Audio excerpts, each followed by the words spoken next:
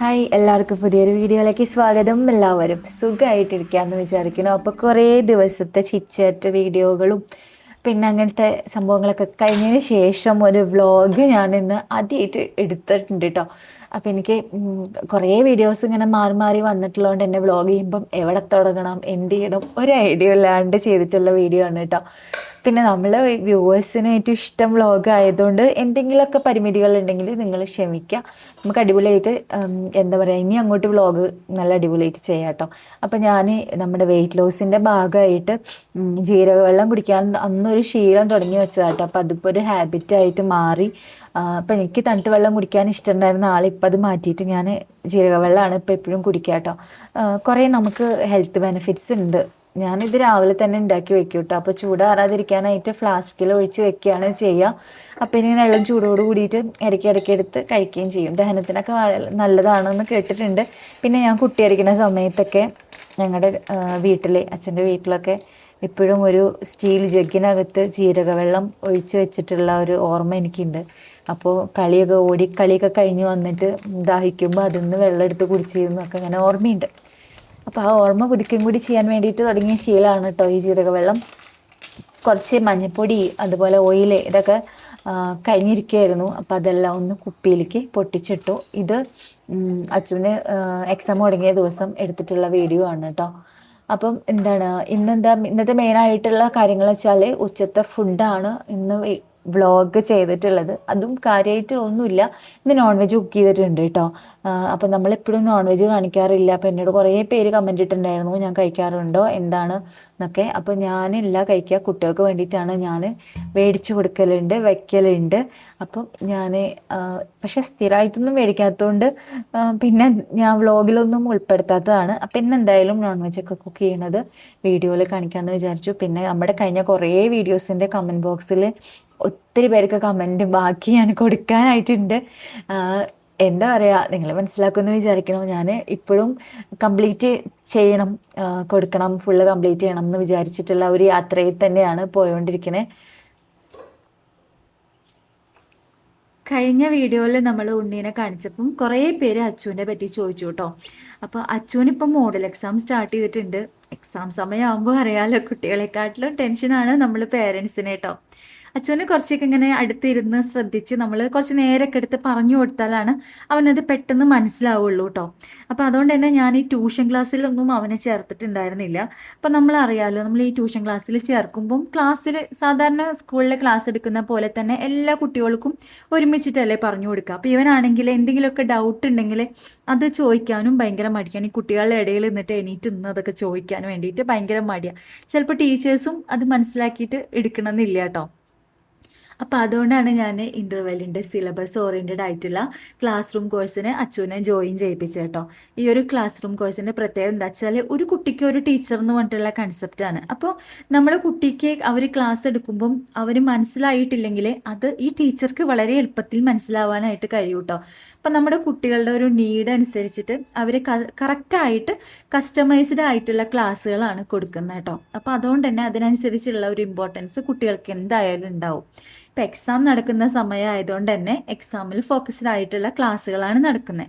അപ്പം ഇങ്ങനെ പഠിക്കുമ്പം എക്സാമിന് വേണ്ടി നമുക്ക് ശരിക്കും പ്രിപ്പയർ ആവാൻ പറ്റും കേട്ടോ. അപ്പോൾ ഇമ്പോർട്ടൻറ്റ് ടോപ്പിക്സ് ഒക്കെ ഉണ്ടാവില്ലേ നമുക്ക് പരീക്ഷയ്ക്ക് വരാൻ സാധ്യതയുള്ള കാര്യങ്ങൾ. അപ്പോൾ അത് വെച്ച് ഗൈഡ് ചെയ്തിട്ട് പഠിപ്പിച്ച് പോകുമ്പോൾ തന്നെ കുട്ടികൾക്ക് നല്ല മനസ്സിലാക്കി പഠിക്കാനായിട്ട് പറ്റും. അതായത് ഈ ബൈഹാർട്ടായിട്ട് പഠിക്കുന്ന ഒരു സംഭവം ഉണ്ടാവില്ല കേട്ടോ. കഴിഞ്ഞ എക്സാമിനും ആണെങ്കിൽ എക്സാം ഫോക്കസ്ഡ് ചെയ്തിട്ടുള്ള ക്രാഷ് കോഴ്സ് ആണ് അവന് കിട്ടിയത് കേട്ടോ. അപ്പോൾ അതുകൊണ്ട് തന്നെ നല്ല രീതിയിൽ എക്സാം ഒക്കെ പ്രിപ്പയർ ചെയ്യാനായിട്ട് പറ്റിയിട്ടുണ്ടായിരുന്നു കേട്ടോ.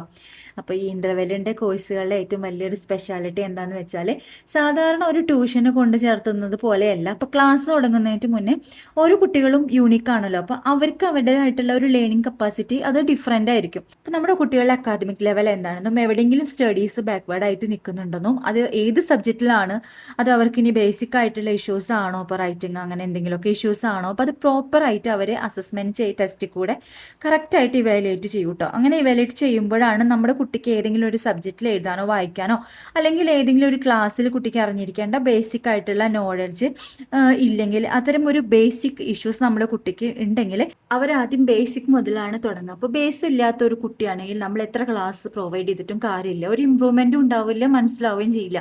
ഈ ബേസിക് അവരൊരു ഫൗണ്ടേഷൻ എന്ന് പറഞ്ഞിട്ടുള്ള കോഴ്സ് കൂടെയാണ് പ്രൊവൈഡ് ചെയ്യുന്നത് കേട്ടോ. അതിപ്പോൾ ഇംഗ്ലീഷോ സയൻസോ മാത്സോ ഏത് സബ്ജക്റ്റ് ആണെങ്കിലും ബുദ്ധിമുട്ടുള്ള ആ ഒരു സ്പെസിഫിക് സബ്ജക്റ്റിലെ 30 to 40 ഡേയ്സ് നമ്മുടെ മക്കൾക്ക് ബേസിക്സ് എല്ലാം ക്ലിയർ ചെയ്ത് കൊടുക്കാൻ പറ്റും കേട്ടോ. അതിനുശേഷം സിലബസ് ഓറിയൻറ്റഡ് ആയിട്ടുള്ള ട്യൂഷൻസ് പ്രൊവൈഡ് ചെയ്യാനും പറ്റും. ബേസിക് ക്ലിയർ ആയിട്ടുള്ള ഒരു കുട്ടിയാണെങ്കിൽ കുട്ടിക്ക് ഡയറക്റ്റ് സിലബസ് ഓറിയൻറ്റഡ് ട്യൂഷൻസ് ആയിരിക്കും പ്രൊവൈഡ് ചെയ്യാൻ പറ്റുക കേട്ടോ. അപ്പോൾ ഏതെങ്കിലും ഒരു സബ്ജക്ട്സിലെ എക്സ്ട്രാ കെയർ കൊടുക്കുന്നുണ്ടെങ്കിൽ അതും പറ്റും കേട്ടോ. എല്ലാ സബ്ജക്ട്സിലും പ്രോപ്പർ ഇൻഡിവിജ്വൽ ക്ലാസ്സസ് വേണമെങ്കിൽ അതും ഇൻ്റർവെല്ലിൽ കൊടുക്കുന്നുണ്ട് കേട്ടോ. ഈ ക്ലാസ്സുകളെല്ലാം കസ്റ്റമൈസ്ഡ് ആയതുകൊണ്ട് തന്നെ നമ്മുടെ കുട്ടിക്ക് വേണ്ട കൺവീനിയൻറ്റ് ടൈമിൽ തന്നെ ക്ലാസ് എല്ലാം പ്രൊവൈഡ് ചെയ്യാൻ പറ്റും കേട്ടോ. എക്സാം എടുക്കുന്നതുകൊണ്ട് തന്നെ ഇപ്പം എക്സാം ഓറിയൻറ്റഡ് ആയിട്ടുള്ള ക്ലാസ്സുകളാണ് മെയിൻലി പ്രൊവൈഡ് ചെയ്യുന്നത്. അപ്പോൾ ഓരോ സബ്ജക്റ്റ് വൈസ് ആയിട്ടും ചാപ്റ്റർ വൈസ് ആയിട്ടുള്ള ഇമ്പോർട്ടൻറ്റ് ടോപ്പിക്സ്, അതുപോലെ തന്നെ പ്രീവിയസ് ക്വസ്റ്റ്യൻ പേപ്പർ ഡിസ്കഷൻസ്, അതുപോലെ ഡൗട്ട് ക്ലിയറിംഗ് സെക്ഷൻസ് എല്ലാം കൂടെ ഉണ്ട്. അപ്പോൾ അതുകൊണ്ട് തന്നെ കുട്ടികൾ നല്ല രീതിയിൽ എക്സാമിന് വേണ്ടി പ്രിപ്പയർ ചെയ്യാനായിട്ട് പറ്റും കേട്ടോ. ഇങ്ങനെ പ്രോപ്പർ ഗൈഡൻസ് കിട്ടുമ്പം എല്ലാ സബ്ജക്ട്സിലും കറക്റ്റായിട്ട് പഠിച്ച് ഒരു ടെൻഷനും ഇല്ലാതെ തന്നെ എക്സാം അറ്റൻഡ് ചെയ്യാനും മാർക്ക് സ്കോർ ചെയ്യാനും പറ്റും കേട്ടോ. അപ്പോൾ SSLC സ്റ്റുഡൻസ് ആണെങ്കിൽ ഇനിയെങ്കിലും നോക്കിയിട്ടില്ലെങ്കിൽ നമുക്ക് നല്ല രീതിയിൽ മാർക്ക് സ്കോർ ചെയ്യാനായിട്ട് പറ്റില്ല കേട്ടോ. ഇവരെങ്ങനെയാണെന്ന് വെച്ചാൽ ഓരോ ടേം എക്സാം കഴിയുമ്പോഴും ഓൺലൈനായിട്ട് പാരൻസിൻ്റെ ഒരു മീറ്റിംഗ് ഉണ്ടാക്കും കേട്ടോ. അപ്പോൾ നമ്മുടെ കുട്ടികളുടെ ഒരു കറക്റ്റ് ഈ ലെവൽ എന്താണെന്ന് നമുക്ക് ഈ ഒരു സമയത്ത് മനസ്സിലാക്കാൻ പറ്റും. അതായത് ക്ലാസ് തുടങ്ങിയ സമയത്ത് എങ്ങനെയായിരുന്നു കുട്ടികൾ, അതിനുശേഷം ഇപ്പം ഈ ക്ലാസ്സൊക്കെ അറ്റൻഡ് ചെയ്തിട്ട് അവരുടെ ഒരു കറക്റ്റ് ഇപ്പം അവർ ഏത് ലെവലിലാണ് നിൽക്കുന്നതെന്ന് നമുക്ക് ക്ലിയർ ആയിട്ട് മനസ്സിലാക്കാനായിട്ട് പറ്റും കേട്ടോ. ക്ലാസ് എല്ലാം സ്റ്റാർട്ട് ചെയ്യുന്നതിന് മുന്നേ തന്നെ അക്കാദമിക് കലണ്ടർ സെറ്റ് ചെയ്യും കേട്ടോ. അപ്പോൾ ഏതൊക്കെ ഡേയ്സിൽ ഏതൊക്കെ ടോപ്പിക്സ് ആണ് കവർ ചെയ്തെന്നുള്ളത് നമുക്ക് പേരൻസിനെ മനസ്സിലാക്കാനായിട്ട് പറ്റും. അതേപോലെ തന്നെ കുട്ടികൾക്ക് ആപ്റ്റ് ആയിട്ടുള്ള ഒരു ടീച്ചർ ആണോ എന്ന് നോക്കാൻ വേണ്ടിയിട്ട് ഒരു ഡെമോ ക്ലാസ് അറ്റൻഡ് ചെയ്തതിന് ശേഷം ഈ ട്യൂട്ടർ സ്യൂട്ട് ആണോ എന്ന് നോക്കിയതിന് ശേഷമാണ് അവരെ നമുക്ക് വേണ്ടിയിട്ട് പ്രൊവൈഡ് ചെയ്യുള്ളൂ കേട്ടോ. അപ്പോൾ പിന്നെ അത് മാത്രമല്ല, നിങ്ങൾ വർക്കിംഗ് പാരൻസ് ഒക്കെ ആണെങ്കിൽ കുട്ടികൾക്ക് വേണ്ട രീതിയിൽ അറ്റൻഷൻ കൊടുക്കാൻ പറ്റുന്നില്ലെങ്കിൽ, അല്ലെങ്കിൽ ഇപ്പോഴത്തെ സിലബസ് അനുസരിച്ച് പാരൻസിന് ഡൗട്ട് ക്ലിയർ ചെയ്യാനൊക്കെ ബുദ്ധിമുട്ടുണ്ടെങ്കിൽ ഏറ്റവും നല്ലത് കുട്ടികൾക്ക് മാത്രമായിട്ട് ഒരു ട്യൂട്ടറിനെ പ്രൊവൈഡ് ചെയ്ത് കൊടുക്കാൻ പറ്റുമെങ്കിൽ ആ രീതിയിലായിരിക്കും കേട്ടോ. അപ്പോൾ അതിൻ്റെ റിസൾട്ട് കുട്ടികൾക്ക് എന്തായാലും ഉണ്ടായിരിക്കും. ഇൻ്റർവെല്ലിൻ്റെ ക്ലാസ് റൂം കോഴ്സ് 1ാം ക്ലാസ് മുതൽ +2 വരെയുള്ള കുട്ടികൾക്ക് അത് സ്റ്റേറ്റ് അല്ലെങ്കിൽ CBSE ഏത് സിലബസിലാണെങ്കിലും അവർ ക്ലാസ് പ്രൊവൈഡ് ചെയ്യുന്നുണ്ട്. എക്സാം ഓറിയൻറ്റഡ് ആയിട്ടുള്ള ക്രാഷ് കോഴ്സ് വരുന്നത് 8 to +2 ക്ലാസ്സുകൾക്കാണ് കേട്ടോ. 7 ഇയേഴ്സോളായിട്ട് തന്നെ എല്ലാ കൺട്രീസിലും ഇവർ ക്ലാസ്സസ് പ്രൊവൈഡ് ചെയ്യുന്നതുകൊണ്ട് തന്നെ വെൽ ട്രെയിൻഡും ക്വാളിഫൈഡ് ആയിട്ടുള്ള ടീച്ചേഴ്സാണ് കേട്ടോ. അപ്പോൾ നിങ്ങൾക്ക് വേണമെച്ചാൽ ഇൻ്റർവെല്ലിൻ്റെ പേജിൽ കയറിയിട്ട് ഒരുപാട് കുട്ടികൾ ക്ലാസ് അറ്റൻഡ് ചെയ്യുന്ന വീഡിയോസ് എല്ലാം കൊടുത്തിട്ടുണ്ട് കേട്ടോ. അപ്പോൾ അത് കാണുമ്പോൾ തന്നെ നിങ്ങൾക്ക് മനസ്സിലാവും കുട്ടികളും ടീച്ചേഴ്സും തമ്മിൽ എത്ര അറ്റാച്ച്ഡ് ആണെന്ന്. ഇപ്പോൾ അച്ഛൻ്റെ കാര്യത്തിലാണെങ്കിൽ തന്നെ ഞാൻ ഒരുപാട് ഹാപ്പിയാണ് കേട്ടോ. അപ്പോൾ എക്സാം ഒക്കെ വരികയാണ്. അപ്പം SSLC സ്റ്റുഡൻസ് ആണെങ്കിൽ എക്സാമിൻ്റെ ക്രാഷ് കോഴ്സ് ജോയിൻ ചെയ്യുക, ഉറപ്പായിട്ടും ആ റിസൾട്ട് നിങ്ങൾക്ക് കാണാനായിട്ട് പറ്റും കേട്ടോ. അപ്പോൾ ഇപ്പോൾ ലേറ്റ് ആയി എന്നൊന്നും വിചാരിക്കേണ്ട, ഇപ്പോൾ കറക്റ്റ് സമയമാണ്. ഇപ്പോൾ നമുക്ക് ഈ ഒരു കോഴ്സിൽ കയറാനായിട്ടുള്ള കറക്റ്റ് സമയമാണ്. നിങ്ങൾക്ക് ഒരിക്കലും ഇതിനകത്ത് കയറി കഴിഞ്ഞാൽ വേണ്ടാന്നുള്ള തോന്നൽ വരില്ല കേട്ടോ. അത് മാത്രമല്ല, ഇപ്പോൾ അടുത്ത കൊല്ലത്തേക്കുള്ള കുട്ടികളാണെങ്കിൽ തന്നെ നിങ്ങൾ കറക്റ്റ് സമയത്ത് തന്നെ നന്നായി ഈ കോഴ്സിൽ കയറുക. പിന്നെ ഇപ്പോൾ ഞാൻ പറഞ്ഞപ്പോൾ നിങ്ങൾക്ക് ഒരുപാട് സംശയങ്ങളുണ്ടാവും ഈ ഒരു കോഴ്സിനെ പറ്റിയിട്ട്. അപ്പം ഒരുപാട് കാര്യങ്ങൾ നിങ്ങൾക്ക് മനസ്സിലാക്കാനും പുതിയതായിട്ട് അറിയാനൊക്കെ ഉണ്ടാവും. അപ്പം ഞാൻ കമൻറ്റ് ബോക്സിലും ഡിസ്ക്രിപ്ഷൻ ബോക്സിലും ഞാൻ ഇവരുടെ കോൺടാക്ട് ഡീറ്റെയിൽസ് കൊടുക്കുക. അപ്പോൾ നിങ്ങൾക്ക് എല്ലാ കാര്യങ്ങളും, നിങ്ങൾക്ക് അറിയേണ്ട എല്ലാ കാര്യങ്ങളും അറിയാനും അതേപോലെ തന്നെ ഈ ഒരു കോഴ്സിൽ ജോയിൻ ചെയ്യാനും ആയിട്ടുള്ള കാര്യങ്ങൾക്ക് വേണ്ടി അവരെ കോൺടാക്ട് ചെയ്യുക. പിന്നെ ഞാൻ പറയുന്നു, ഒരിക്കലും ഇത് നിങ്ങൾക്ക് വേണ്ടാന്ന് തോന്നില്ല, കാരണം ഞാൻ ഇവരുടെ കാര്യത്തിൽ ഫുള്ളി സാറ്റിസ്ഫൈഡ് ആണ്. അപ്പോൾ ഞാൻ ചോറ് വെച്ചു.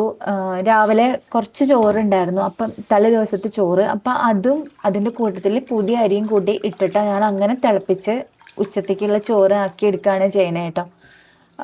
1.5 നാഴി അരി എടുത്തിട്ടുണ്ട്. ഇപ്പം ഞാൻ വീണ്ടും ചോറൂണൽ തുടങ്ങി. അതിനിടയ്ക്ക് നല്ല കൺട്രോളായിരുന്നു. പക്ഷെ ഇപ്പം ഒരുപാട് ഇങ്ങനെ വാരി വലിച്ച് കഴിക്കൊന്നുമില്ല, എന്നാലും ചോറ് കഴിക്കും കേട്ടോ. അതിനിടയ്ക്ക് ചോറ് ഉണ്ണണതിന് നല്ല കൺട്രോൾ ഉണ്ടായിരുന്നു. പക്ഷേ ഇപ്പം അതില്ല. ഇപ്പം ഞാൻ ചോറ് ഉണ്ണുന്നുണ്ട്. എന്നാലും പരമാവധി ഹെൽത്തി ആയിട്ടുള്ള രീതിയിൽ കഴിക്കാനൊക്കെയാണ് നോക്കണത്. അച്ചുവിന് പയറും കുമ്പളങ്ങയും കൂട്ടിയിട്ടുള്ള കൂട്ടാൻ ഭയങ്കര ഇഷ്ടമാണ്. നമ്മളിവിടെ മലൂഷ്യം എന്ന് പറയും. അത് പരിപ്പിട്ടിട്ട് ഉണ്ടാക്കാം, ഇതുപോലെ ഉണക്കപ്പയറിട്ടിട്ട് ഉണ്ടാക്കാം. അപ്പം അച്ചുവിന് ഈ 2 കൂട്ടാനും ഇഷ്ടമാണ് കേട്ടോ. പിന്നെ അത് മാത്രമല്ല, എന്നെ സംബന്ധിച്ച് എനിക്ക് ഭയങ്കര എളുപ്പമാണ്, ഒരു പണിയില്ലല്ലോ. ഇതുമാതിരി പയറും കുമ്പളങ്ങയും കൂടി നമ്മൾ വേവിക്കാനായിട്ട് വെക്കുക, അത്രയേ ഉള്ളൂ സംഭവം. അപ്പം ഞാൻ ആദ്യം തന്നെ എൻ്റെ വീട്ടിലൊക്കെ എങ്ങനെയാ വെച്ചാൽ അമ്മ അടുപ്പത്തെ കൂട്ടാൻ വയ്ക്കുന്ന സമയത്തൊക്കെ ഒരുമിച്ചിട്ടൊക്കെ തന്നെയാണ് ഇടാറ്. അപ്പം ഞാൻ പയർ ആദ്യം ഒന്ന് വേവിച്ചിട്ട് ഒന്ന് ഉടയ്ക്കുന്നുണ്ട്. ഞാനിത് വെള്ളം ഒഴിച്ചിട്ട് ഇട്ടിട്ടൊന്നും ഉണ്ടായിരുന്നില്ല, കുതിർത്തി വെച്ചിട്ടൊന്നും ഉണ്ടായിരുന്നില്ല. അപ്പം അതുകൊണ്ട് ഞാൻ കുക്കറിൽ ഒരു 3 വിസിൽ ആദ്യം പയർ വെക്കും. അത് കഴിഞ്ഞിട്ടാണ് കുമ്പളങ്ങ ഇടുക കേട്ടോ. അപ്പം എൻ്റെ വീട്ടിൽ കുമ്പളങ്ങ സ്ഥിരമാണ്. ആ കുമ്പളങ്ങ വെച്ചിട്ടുള്ള കൂട്ടാൻ, മലൂഷ്യം, ഇതെന്നും എൻ്റെ വീട്ടിലുണ്ടാവും കേട്ടോ. എൻ്റെ അമ്മ വെയിറ്റ് കുറച്ചതിൻ്റെ മെയിനായിട്ടുള്ള ഒരു കാര്യം കുമ്പളങ്ങ കഴിച്ചിട്ടാണ്. പലർക്കും അറിയുന്നുണ്ടോയെന്ന് എനിക്കറിയില്ല. സ്ഥിരമായിട്ട് കുമ്പളങ്ങ കഴിച്ചാൽ നമുക്ക് നല്ലോണം വണ്ണം കുറയും കേട്ടോ. എൻ്റെ അമ്മയ്ക്ക് അത്യാവശ്യം നല്ല തടിയൊക്കെ ഉണ്ടായിരുന്ന ആളാണ്. ഇപ്പം ആള് സ്ലിം ബ്യൂട്ടിയാണ്. അതിന് മെയിൻ കാരണം ഈ കുമ്പളങ്ങ കഴിക്കുന്നതാണ്. ഡെയിലി ആള് കൂട്ടാൻ വെക്കുമ്പോഴൊക്കെ ഇപ്പം ഇത് ഞാൻ പറഞ്ഞില്ലേ, ഇപ്പം നമ്മൾ ഈ പയറൊക്കെ ഇട്ടിട്ട് വെക്കുന്ന കൂട്ടാൻ എന്നൊക്കെ പറയുമ്പോൾ അത് ഭയങ്കര ഹെൽത്തി ആയിട്ടുള്ള കൂട്ടാനാണ്. ഒരുപാട് ഓയിലും പിന്നെ വേറെ സംഭവങ്ങളൊന്നും അതിൽ ചേർക്കണില്ലല്ലോ. അപ്പോൾ അതിങ്ങനെ ഡെയിലി കഴിച്ചുകൊണ്ടിരിക്കുമ്പോൾ എന്തായാലും നമുക്ക് വ്യത്യാസം വരും. അപ്പോൾ അതേ കുമ്പളങ്ങ ഞാൻ എടുത്തതിൻ്റെ ഒരു പകുതി, 1/2 കിലോ കുമ്പളങ്ങ ഉണ്ടായിരുന്നു. അപ്പോൾ അതിൻ്റെ പകുതി എടുത്തിട്ടുള്ളൂ കേട്ടോ. എന്നിട്ട് അത് തോലൊക്കെ കളഞ്ഞ് കുഞ്ഞു കുഞ്ഞു കഷ്ണങ്ങളാക്കി അരിഞ്ഞ് വെച്ചു. അപ്പോഴേക്കും പയർ ഒരു 2-3 വിസിലൊക്കെ വന്നിട്ടുണ്ടായിരുന്നു. അപ്പോൾ ആദ്യത്തെ ഒരു പ്രാവശ്യം വെച്ചതിന് ശേഷമാണ് പിന്നെ ഉപ്പും മഞ്ഞൾപ്പൊടിയും മുളക് പൊടിയും കുമ്പളങ്ങയും പിന്നെ ആവശ്യമുള്ള വെള്ളം കൂടി ചേർത്തിട്ട് വീണ്ടും ഒരു വിസിൽ മതി. അപ്പത്തിനും നന്നായിട്ട് വെന്ത് നല്ല ഉടഞ്ഞ് നല്ല വൃത്തിക്കായി ഉണ്ടാവും. ഈ കറിയിൽ വേണമെന്ന് വെച്ചാൽ നമുക്ക് ഉണക്കമുളകും കറിവേപ്പിൻ്റെ ഇലയും ഒക്കെ കൂടി കടുകൊക്കെ കൂടി വറവിടാം. ഞാൻ വറവിട്ടിട്ട് എടുക്കാറുണ്ട്. ചിലപ്പോൾ പച്ച വെളിച്ചെണ്ണ മുകളിൽ ഒഴിച്ചു കൊടുത്തിട്ട് അങ്ങനെ എടുക്കാറുണ്ട് കേട്ടോ. അപ്പം ഇന്ന് ഞാൻ വെറുതെ വേവിച്ചതിന് ശേഷം പച്ച വെളിച്ചെണ്ണ ഒഴിച്ചു കൊടുക്കുകയാണ് ചെയ്തിട്ടുള്ളത്. വറവിടാനൊന്നും നിന്നിട്ടില്ല കേട്ടോ.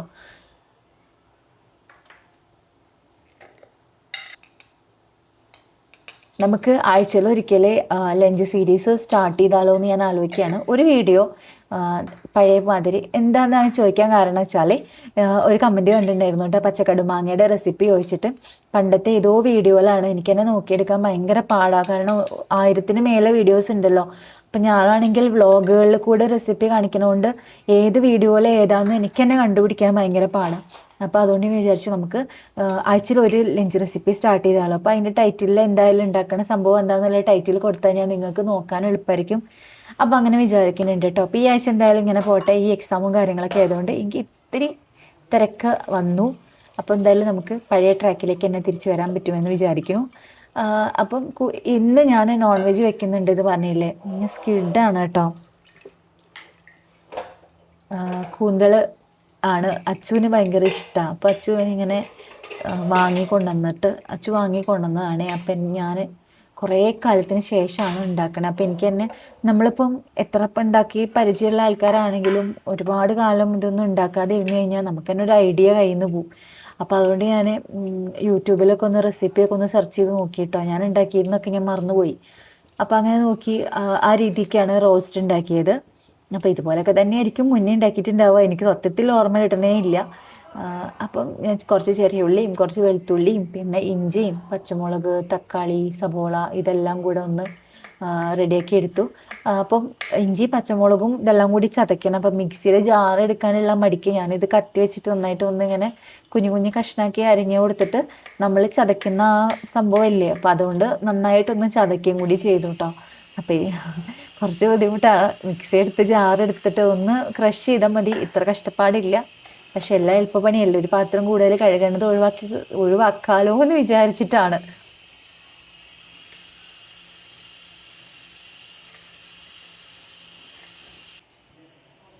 അപ്പോൾ അതേ സംഭവങ്ങളൊക്കെ റെഡിയാക്കിയിട്ടുണ്ടായിരുന്നു. പിന്നെ കൂന്തൽ തലേ ദിവസം തന്നെ ഞാൻ ക്ലീൻ ചെയ്തിട്ട് ഫ്രിഡ്ജിനകത്താക്കി വെച്ചിട്ടുണ്ടായിരുന്നു കേട്ടോ. അപ്പോൾ അതുകൊണ്ട് തന്നെ രാവിലെ വലിയ ബുദ്ധിമുട്ടില്ലാണ്ട് കാര്യം കഴിഞ്ഞു.